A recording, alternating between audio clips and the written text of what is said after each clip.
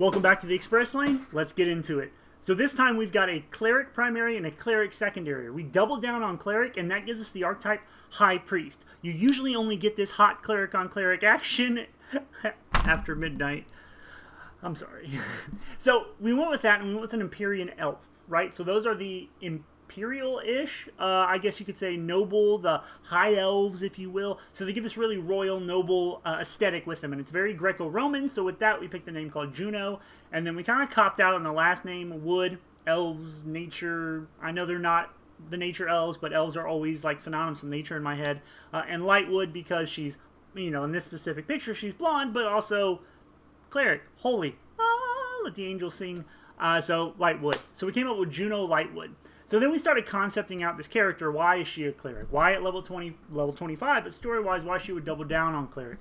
Why this character would be a high priest? We went into all of this in her background story that we came up with in the full session. So then when we were creating her, we came up with a name, and we said that she was basically setting out on a pilgrimage to prove herself as a high priest.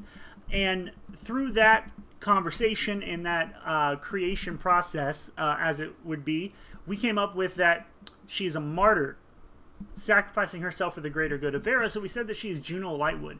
See, I was originally going to say the Martyr of Verra, but that makes her the figurehead, that makes her the point, that puts her in the spotlight, and that's really not what we were going for the more we talked about it. So we decided to change it to Juno Lightwood, a Martyr of Verra, because these little taglines are things we came up with in chat. I do it on Twitch chat. Come check me out.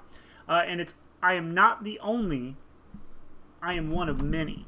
Kind of just as she is part of a greater group. She is part of the greater good. She is not the sole focus, but what she does is the focus. Not who she is, but what she does. You know, it gives this very holy, very vibe, humble kind of deal.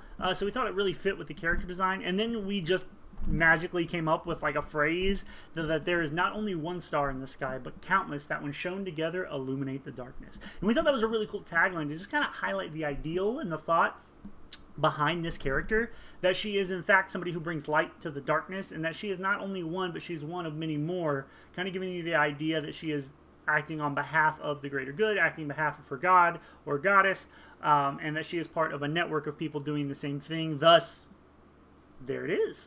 So guys, Juno Lightwood, a Martyr of Verra. She is not the only, but she is one of many.